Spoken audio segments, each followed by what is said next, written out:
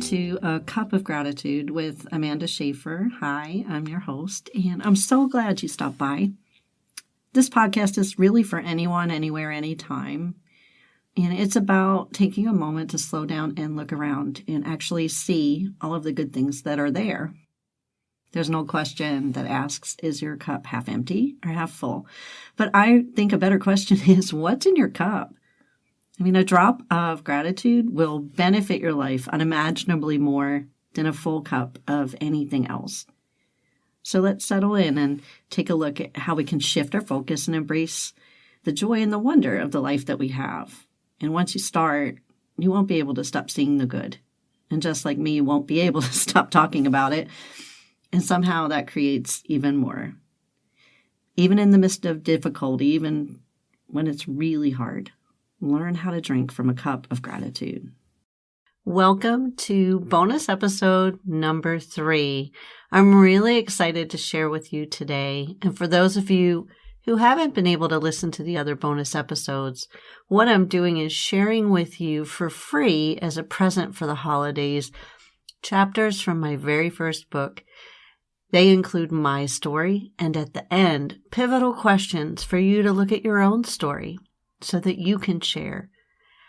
The reason why I'm super excited today is it is Christmas morning when I'm recording this, so I want to wish you all a very Merry Christmas.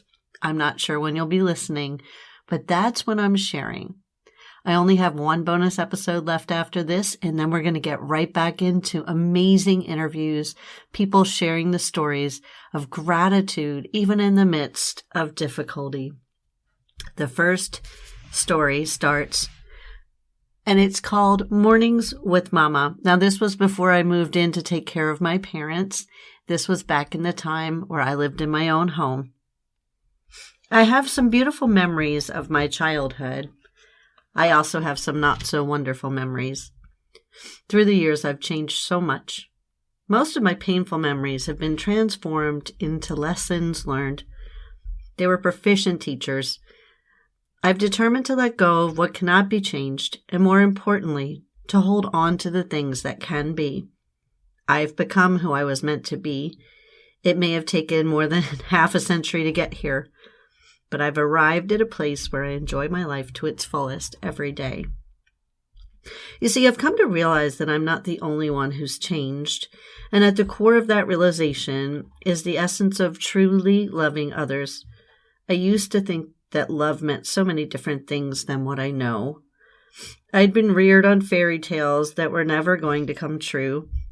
I had believed so many lies about who I was that I hadn't a clue of all the good stuff I'm made of. Although our family professed to be Christian and went faithfully to a church building every Sunday morning, I had never met Jesus. I lived in a home where we prayed the same prayer each evening before bed and another before every meal. I never saw a Bible being read except for the fleeting moments I watched everyone struggle to find their place in the dusty old Bibles lying along the church pews. As a child, church didn't resonate with me. It made no sense. There was no joy, no healing, no love. We entered a building wrought with the rules of how we must dress and behave.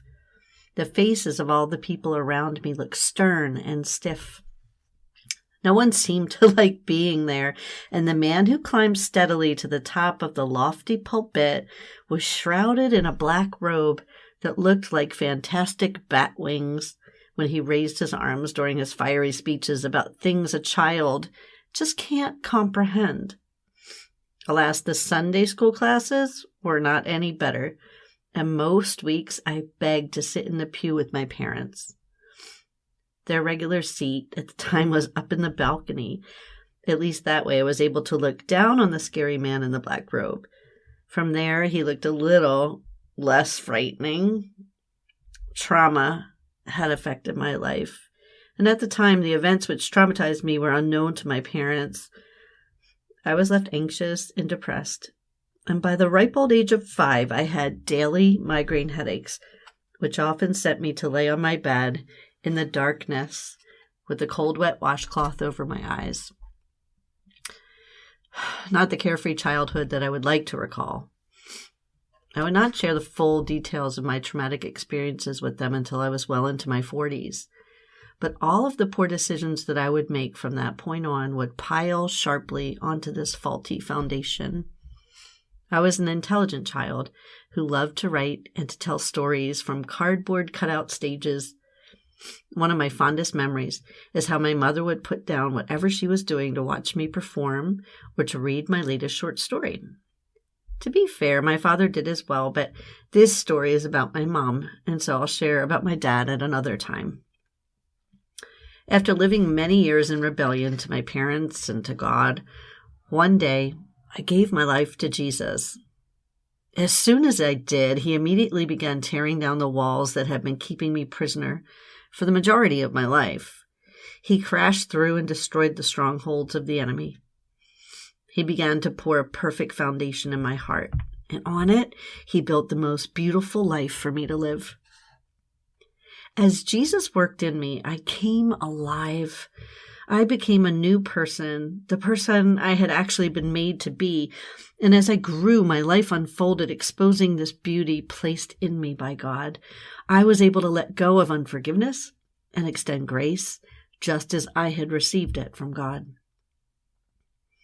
During my rebellious years, my mom and dad prayed for me. But to be honest, they never really believed that God could get a hold of my heart. One day, he did, and everything about me changed. It changed in an instant. I bought a study Bible and started to wake up at 5 a.m. each morning to pray out loud and read God's Word. I couldn't get enough of him. I sat for hours reading and journaling and asking questions. Patiently and lovingly, God provided me the answers. My eyes and ears were open to spiritual things, and my world took on a whole new dimension. During these years, my mom saw the life of Jesus in me and wanted more for herself. She began to ask me questions, and she also liked the study Bible, so she began to study in her own. We talked about who God is and our relationship with him. She caught the same enthusiasm for his kingdom that I had, and it was just beautiful to watch. Somewhere along the way, I looked around and realized that my mama was in her 80s. How long would we have these fantastic conversations together? For how many days or months or years could we settle in and learn from each other? How long would we connect in this deep way that other people just couldn't understand? The connection of our agreement in the wonder of who God is and what he's done in our lives had opened up a deeper channel for everything in our relationship. We were more patient and kind and silly and, well, just more. I didn't want to miss a thing. I felt that I had wasted so many years of my life already. So one day I decided that I was going to talk to my mom on the phone every morning before I started my day.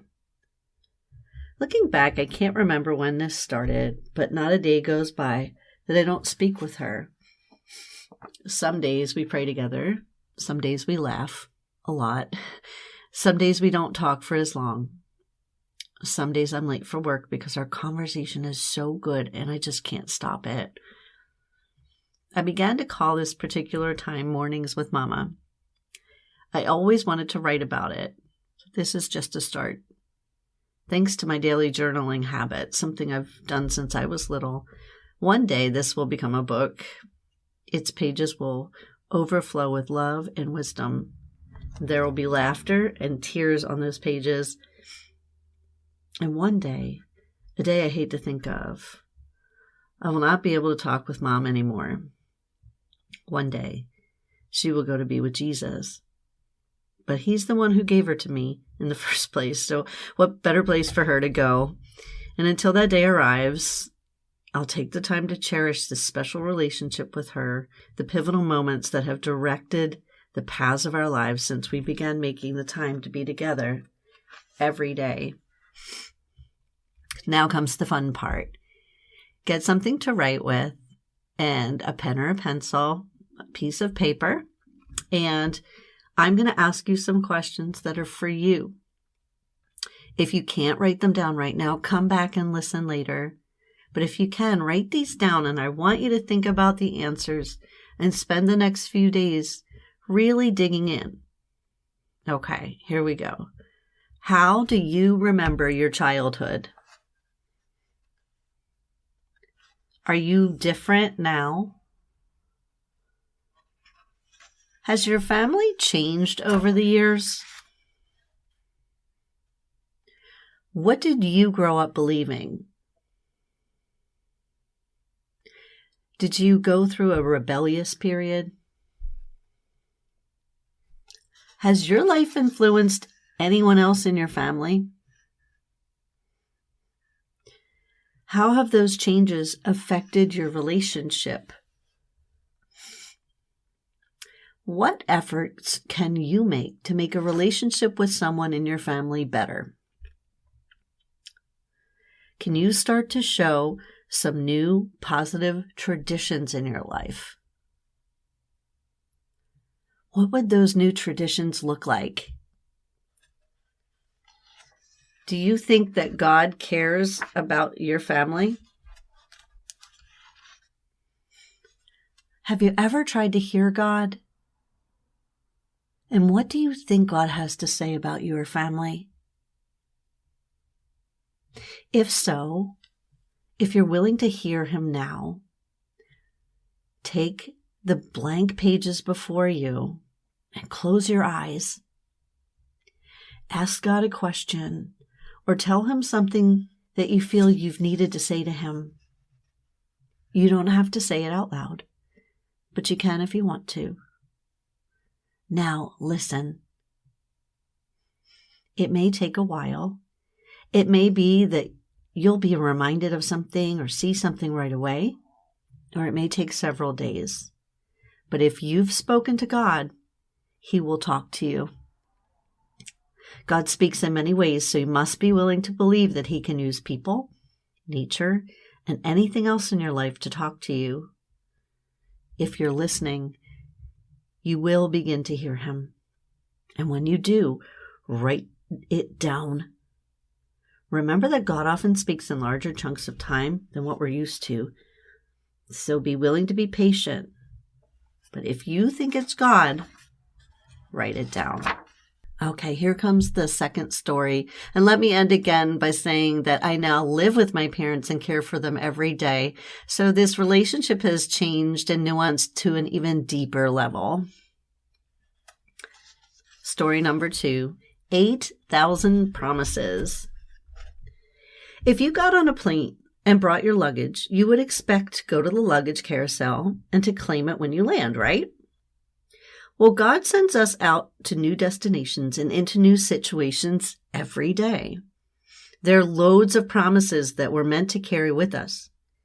When we arrive at each destination, God's next step for us is to go and claim these promises. There are over 8,000 promises in God's Word. Most aren't placed in our hands, but they're set within our reach.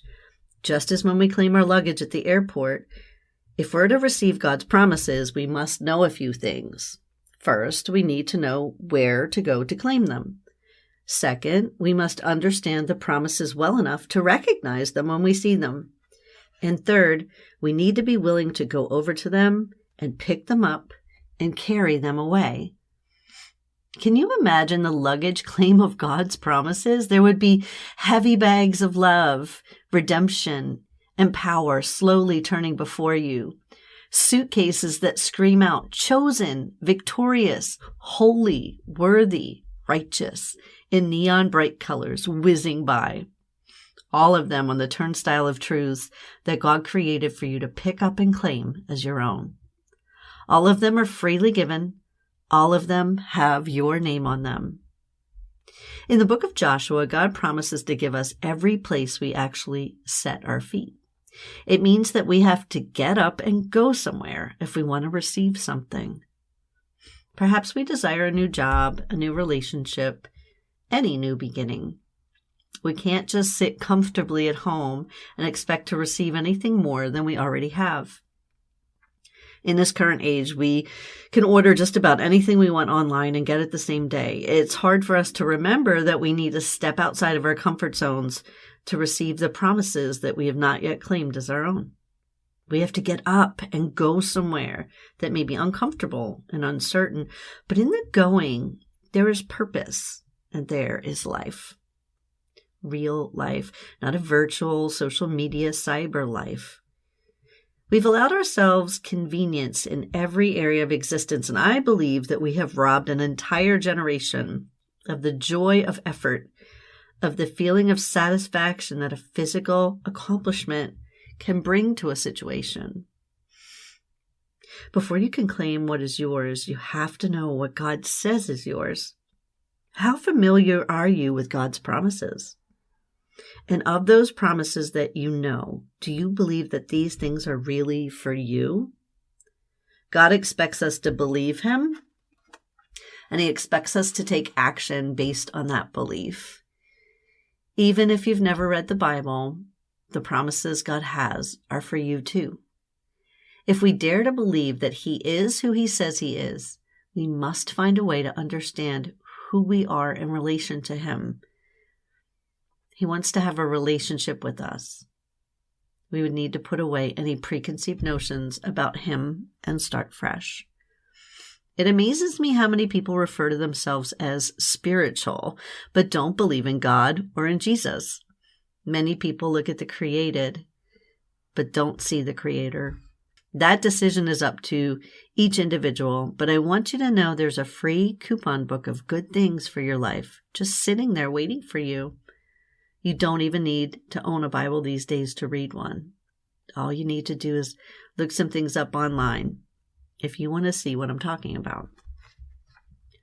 What if you were willing to check out whatever needs you have right now in that way? How about instead of looking up the best place to eat dinner tonight, you look to see what God had to say about anxiety, health, or financial stability? Whatever you're going through, the Bible offers wisdom that the world can't. I'm not saying that the Bible is a resource to be used exclusively for what you need at the moment, but it's a place to start. Too often, I hear of someone going through difficult times, even those who pray, pleading from their living room sofa, asking God to step in for them, but they aren't willing to do anything. What I've found in my own tough times is to ask God for His help and to thank Him for who He is. These are fantastic things to do in times of trouble. But next comes listening for His answer. And when He does answer, you must get up and go do whatever He has instructed. Do you think God can talk to you? I know most of my life I would have called you crazy if you said yes. But over time, I have learned to hear Him. He doesn't typically speak to us audibly, although He can. God speaks in everyday moments, through the things that He's made. God speaks through people in your life. He talks however the heck He wants to. I think I used to limit Him by needing to be sure that I had actually heard Him. I started to journal daily, and as I did, I found that God speaks in large chunks of time, sometimes telling me the same thing in many different ways. Because my brain and busy schedule only allow me to retain one day at a time, I often miss what He has been showing me. By journaling, I can go back and look over a week, a month, or even a year and see from a new perspective the explicit messages He has been conveying. Some people want to call these something else, but I challenge you to be open to it actually being God. And if it is Him, what else does He have to say? If He really did make everything and really does love you, could your life become more peaceful, powerful, and fruitful? Would you find a way to receive real rest and not waste your energy on good plans, but instead walk in amazing adventures? That's what happened to me. I was beyond skeptical. I made fun of God and Christians and the Bible and church. And at one point, I thought myself so intelligent that there couldn't possibly be a God. And if there was, I had declared that he was distant, unfair, and cold. He never gave up on believing in me, though. He loved me unconditionally. And eventually, during the most painful time in my life, his voice became louder than my own. All throughout the Bible, God gives battle plans to people who want to hear his instructions. Even when God's plan might be that he's the one that'll do the fighting for you, he still requires you to get up and to stand. Nowhere does God say in the Bible to just pray or only to hope. As a matter of fact, when God does the fighting, he does it so differently than we would. We must remember that God's ways are not our ways. His thoughts are higher than our thoughts. He thinks differently than we think. Let's take a quick look at the Battle of Jericho. This was a war fought by people who were walking in the desert against a massive city with a thick stone wall all around it. God fought this battle for his people, but he did it his way, and he required them to follow some very particular instructions. To adhere to these plans meant that they must have heard God speak. To have heard God speak meant that they must have listened to what he said, because frankly, these instructions sounded ludicrous. God told them to get up and go to the city of Jericho.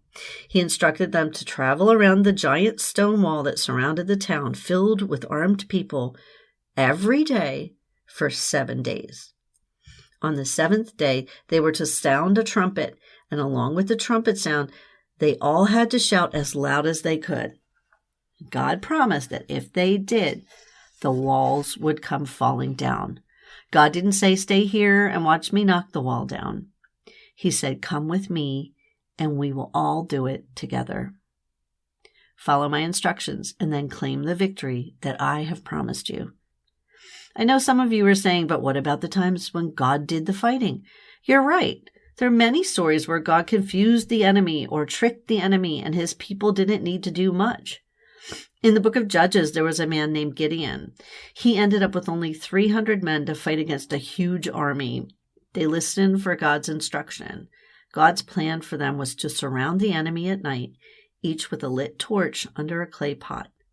They stood at the top of the hill, each with their bright light hidden, until their trumpets sounded, and then they smashed their clay jars. They each held a trumpet and a light and shouted all together, "A sword for the Lord and for Gideon." Every man stood in his place around the camp, and all of the armies below ran. The enemy cried out, and they fled. And when they blew the 300 trumpets, the Lord set every man's sword below against their comrades. They fought each other.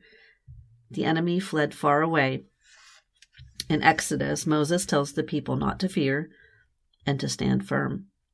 He said that the Lord would save them and that the Egyptians they were running from would never be seen again. The Lord would fight for them if they would only be silent and stand up. The people only had to stand up, stay in position silently, and watch God.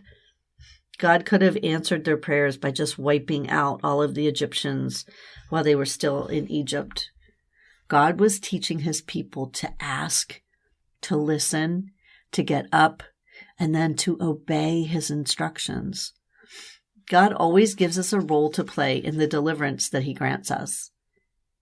When you find yourself in that place where you need help, what if you tried asking God? What if you said something like, God, what exactly is it that you want me to do? These are my problems, and I will wait for your directions. I'm sitting here listening for you. I'm waiting on your battle plan. When you tell me that you want me to do something, I will go. I promise to stand up and go and do it. So much victory is ours to claim thanks to what Jesus did on the cross for us. When we ask God for directions and we get up and go and follow them, we're transformed. We're no longer who we used to be. When we do things God's way, we build stronger muscles and we achieve greater faith. God strengthens us in the trials that he allows. He changes our name and he transforms us.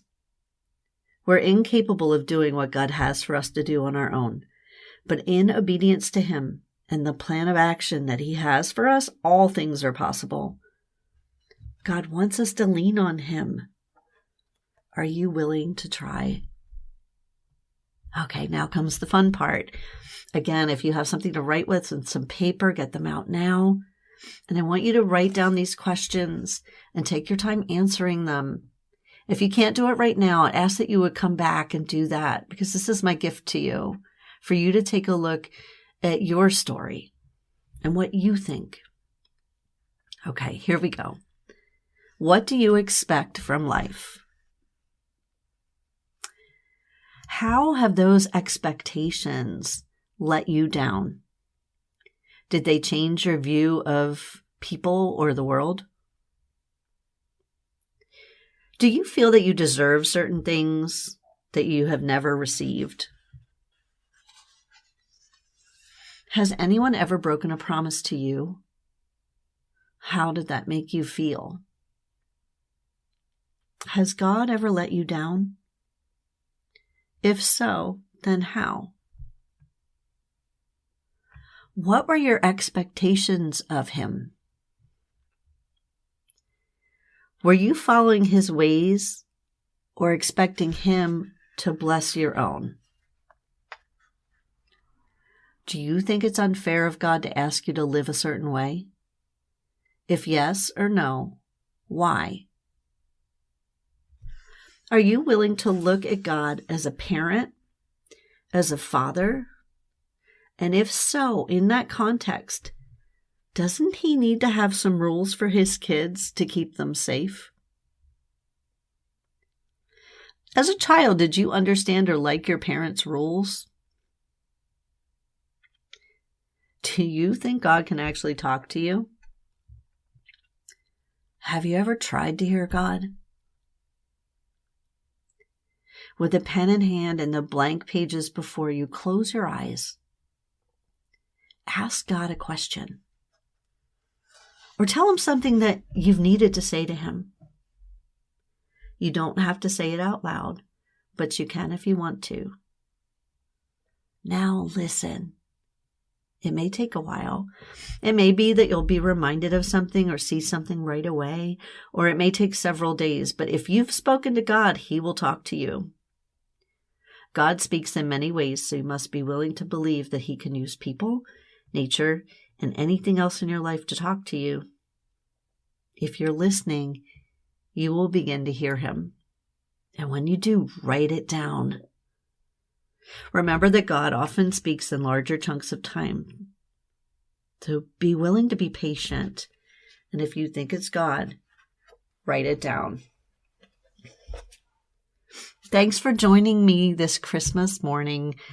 It's really exciting for me to think of you spending some quiet time thinking about what God has for you in your life and about how He loves you, especially on the day that Jesus came. I can't tell you how important it's been to me and how it's changed my life. But you choose for yourself. I'm looking forward to next week. We have one bonus episode left, and then we'll go right back to sharing the amazing stories of people in their extraordinary lives all over the world. And I am hoping that you have a beautiful and Merry Christmas. Bye-bye. Hey, so I just want to thank you so much for spending your time with me. And I want to challenge you to go out today and to just take notice and to stop and really look around and find at least one good thing, one thing to be thankful for. You know, if you do that today, you're going to find so many more things tomorrow without even trying. Because once you start, you begin to see what's always been there. And if you need a refill, you can come join me again for another cup. Make sure to subscribe and have an awesome day and go be grateful.